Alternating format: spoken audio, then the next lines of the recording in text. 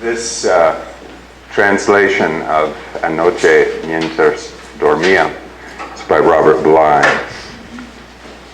Last night, as I was sleeping, I dreamt, marvelous error, that a spring was breaking out in my heart. I said, along which secret aqueduct, O water, are you coming to me, water of a new life that I have never drunk?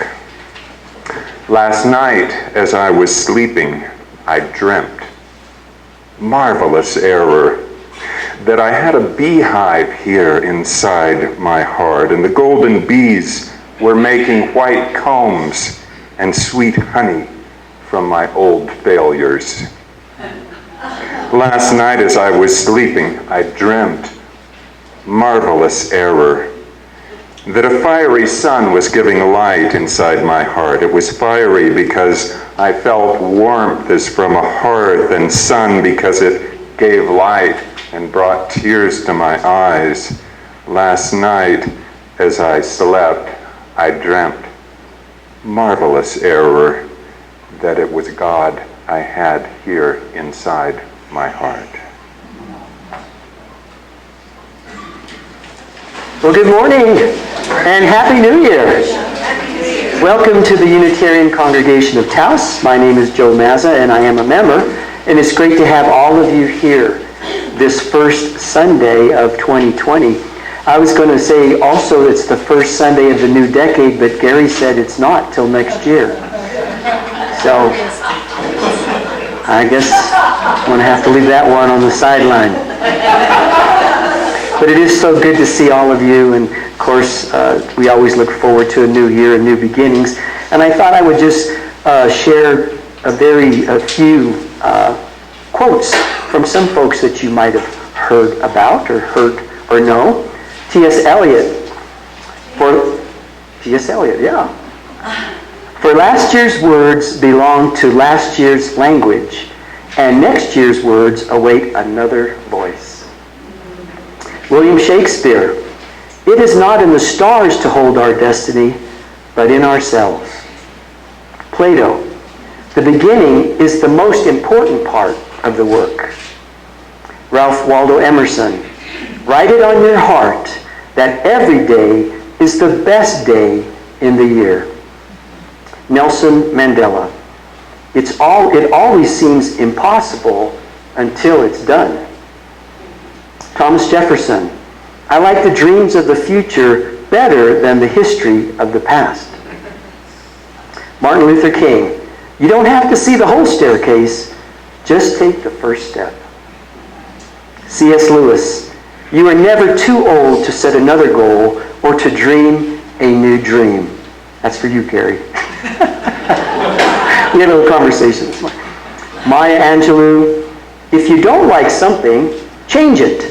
If you can't change it, change your attitude. And one of my favorite comedians, Joan Rivers, listen, I wish I could tell you it gets better, but it doesn't get better. You get better. I got out of college. I've had a recurring dream, and Dory's had the same dream, and I know a lot of other people that I've spoken with have also had this dream. In my dream, it's time for me to take a test. And for some reason, I'm completely unprepared because I haven't been going to class all semester. You know, I'm not even sure what the class was or who the instructor was or where the test is being given. I haven't done any of the reading. Now it's far too late to make up for lost time, and with a sense of approaching catastrophe, I realize that although I'm about to be examined, I am not going to make it through this ordeal. So what is the meaning of this particular dream? In real life, I was a pretty good student. I wasn't that nervous, actually, about taking tests, but it seems to be a fixture of our collective unconscious. Surely it involves something more than lingering classroom jitters. I think it's a dream about the great examination we all must face. And the questions on the test are the ultimate questions. Who am I? What do I want? What am I afraid of? To whom or to what am I committed? Where is my own higher good calling me? It's not just a dream about academic anxieties or forgetting the obscure dates of the Magna Carta or some such. It's about forgetting our own reason for being. We have just one lifetime that we know about, and no makeups are allowed. So is it any wonder we're tossing and turning in our sleep? By the time morning comes, we have to be ready to give some account of ourselves, to have the answer for how we've chosen to spend our lives. And so in this time of meditation, I invite you to ask yourself, who are you? What do you want from this world, from your one precious life? What are you afraid of? What's holding you back? What are you waiting for? And how will you make yourself ready when the long sleep comes?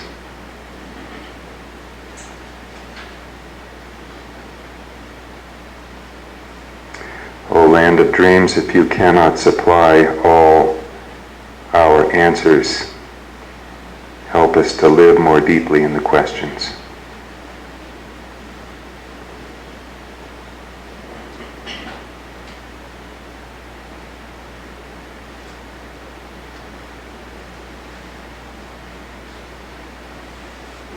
So be it.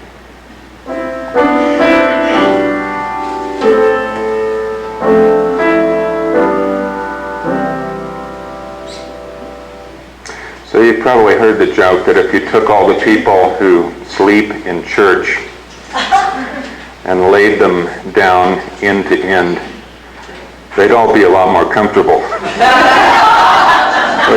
Which is probably said only half in jest, because actually the custom of sleeping in church has a long, ancient, honorable history. Among the Greeks and Romans, it had a technical name. It was called incubation, in which the worshiper would enter the sacred precincts of the temple for the express purpose of slumbering there in hopes of receiving some nighttime wisdom or guidance or a portent of the future. And from the classical world, inscriptions in Latin and Greek abound of these devotees giving thanks to the god or the goddess for wisdom they wouldn't have received during normal waking hours. Dreams were also very, very highly regarded by the authors of the Hebrew Bible, the book of Psalms, declaring that God's gifts come to his loved ones as they sleep. In the book of Genesis, if you remember your Sunday school or Hebrew school, Pharaoh dreamed of 7 fat cows and 7 lean cows, forecasting coming years of feast and famine. And it was by interpreting this odd dream of Pharaoh that Joseph, who had been sold into slavery in Egypt for his overbearing dream about all his brothers bowing down to him in adulation, that's how he became the Pharaoh's privy counselor. In Christian tradition, Epiphany became associated with the visit of the Magi who brought gifts to the Christ child, like Santa, on Christmas morning. Gold and frankincense and myrrh, and being warned in a dream not to return to Herod. They departed to their own country by another way. And now when they had departed, Matthew goes on, behold, an angel of the Lord appeared to Joseph in a dream, telling him to take his family and flee. And in the book of Acts, we're told of a coming day of gladness and fulfillment when your sons and daughters will prophesy and your old men will dream dreams.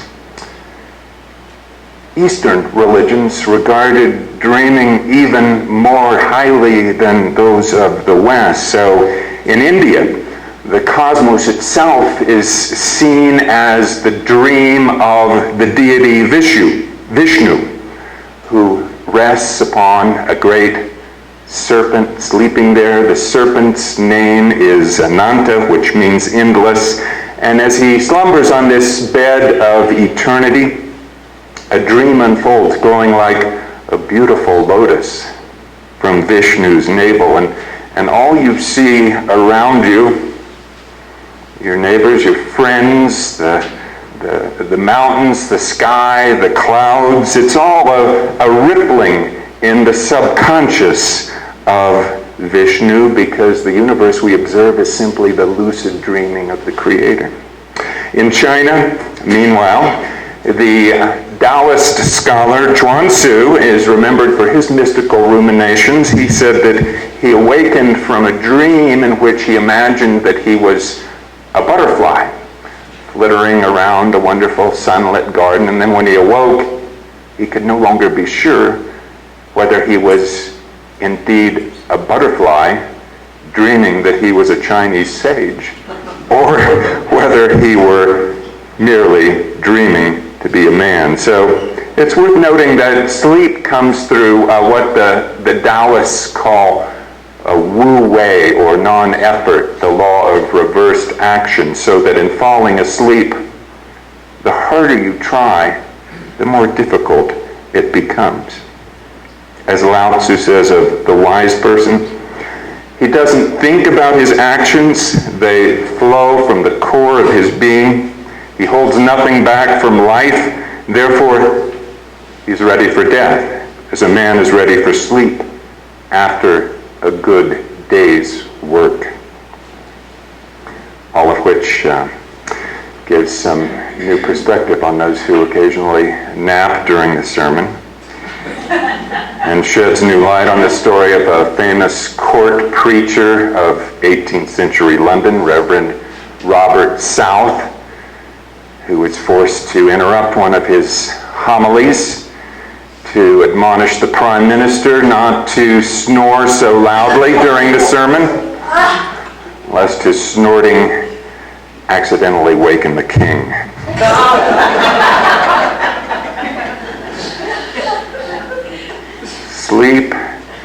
Sleep is a gift that comes to all of us, to kings and commoners alike, making it the most democratic of oracles for reasons that are unclear. We all spend about a third of our lives dozing.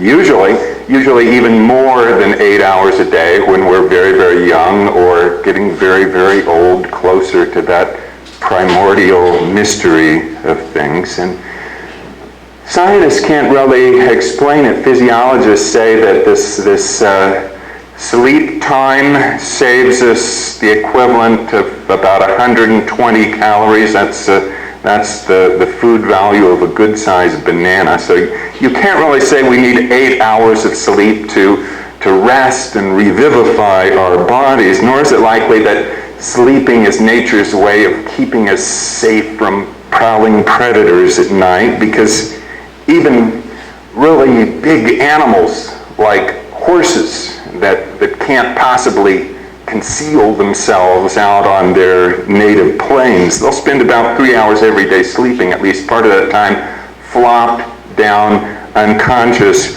horizontal on the ground, which is not a very good survival strategy if you're trying to avoid those who are prowling around for horse flesh.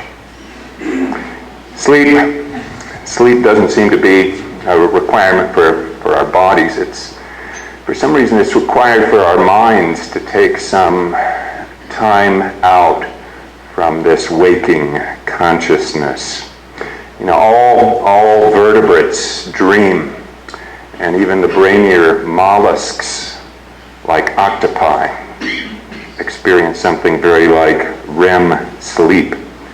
Humans have these cycles of rapid eye movement and non-REM sleep in the course of a night over something like 90 to 110 minute intervals, about a third of the time spent in dreamland. And whereas psychologists like Freud once looked upon dreams as just a trash bin of infantile desires and suppressed wish fulfillment, now psychiatrists and brain scientists are realizing that sleep is vital to our sanity, so that sleep deprivation is rightly considered a form of torture. Without our sleep, we begin to disintegrate in the core of our personality.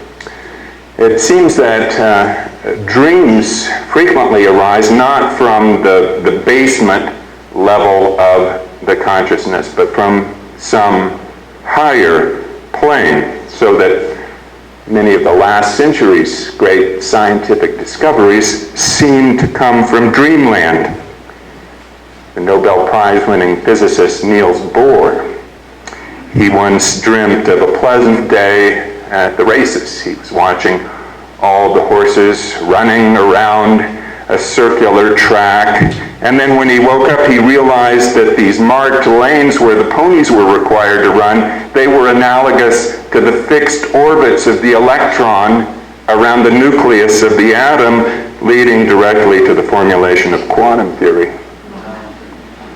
Albert Einstein was asked to recall how the concept of relativity had popped into his mind. He said he traced it all back to a dream he had in adolescence. In this dream, he was riding on a sled, rocketing faster and faster, accelerating. As he got close to the speed of light, the illumination of the stars began to bend and shift, exploding into this kaleidoscope of prismatic colors. And Einstein concluded by saying that his whole scientific career could be considered an extended meditation on this one dream.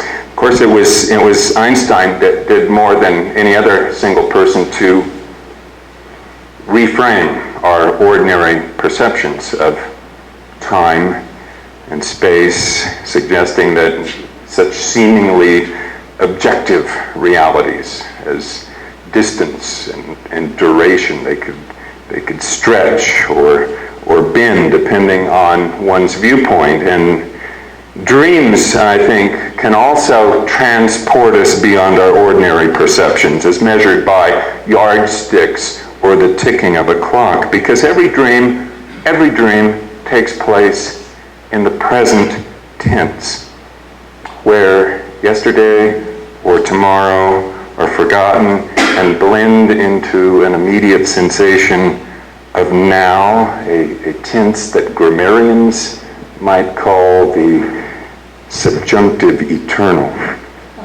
where every event has this timeless, non-linear quality to it. And in addition to this, every aspect of the dream takes place in a tense that wordsmiths might call the first person infinite, which is to say that everything and everyone you encounter within your dream is some aspect or projection of who you are, of your own more spacious self. Like Vishnu, you are the creator of the landscape you inhabit. You are the serpent, you are the lotus, you are all of it.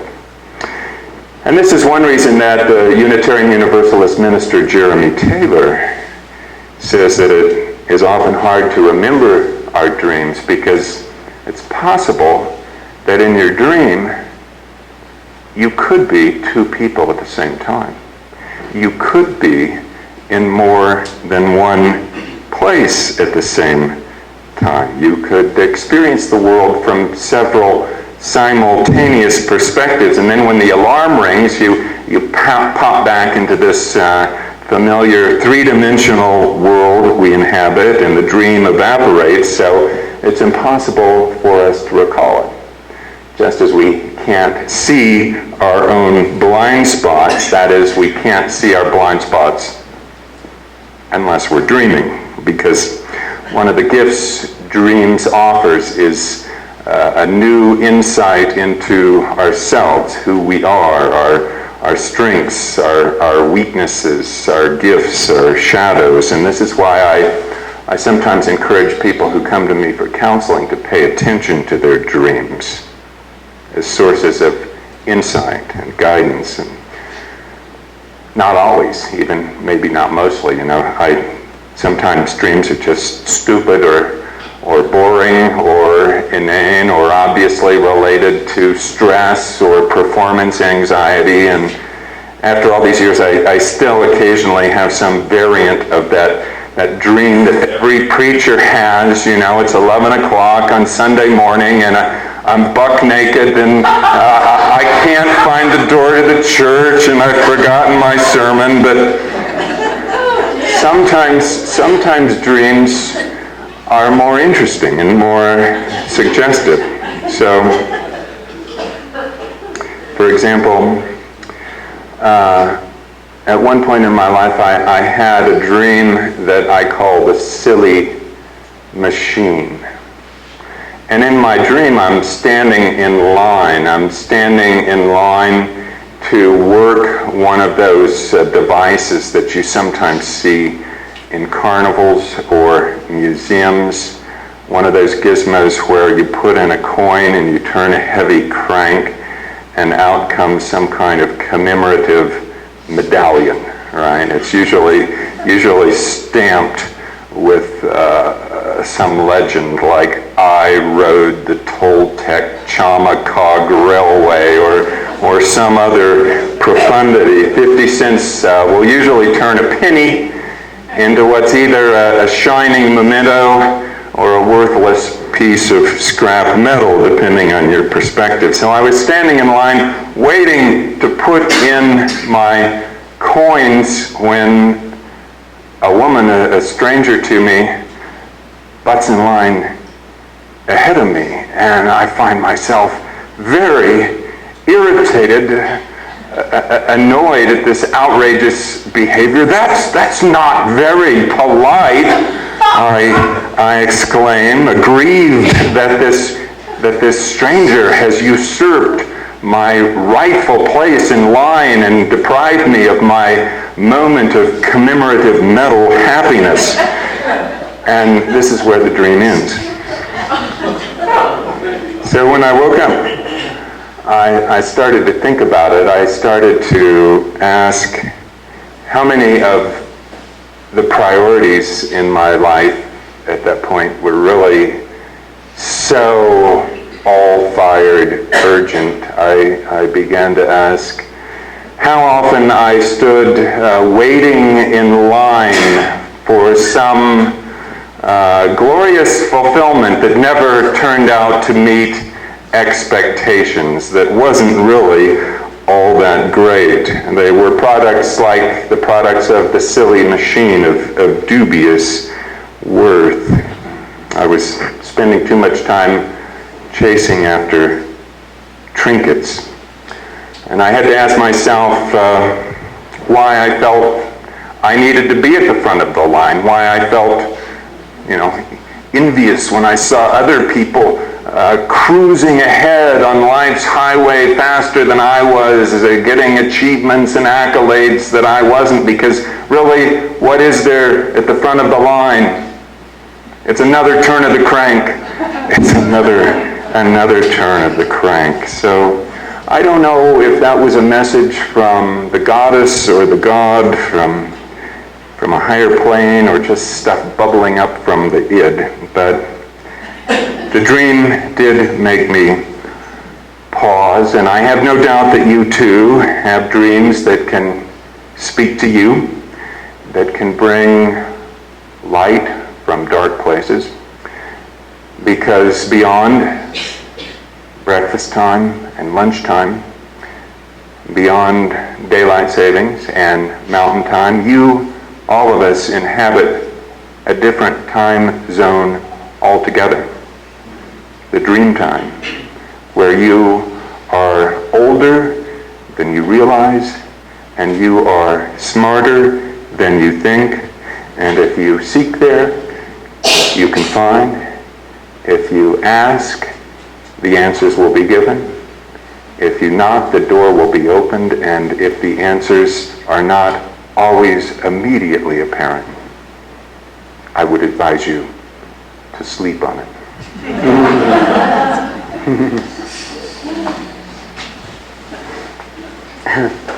Thank you, Gary. Where o'er 3 moons stood leper bride, and once from agony set free, I scanned within the womb of night a hollow interwoven orb of light, thrilling with beauty no tongues could tell, and knew it for life's citadel.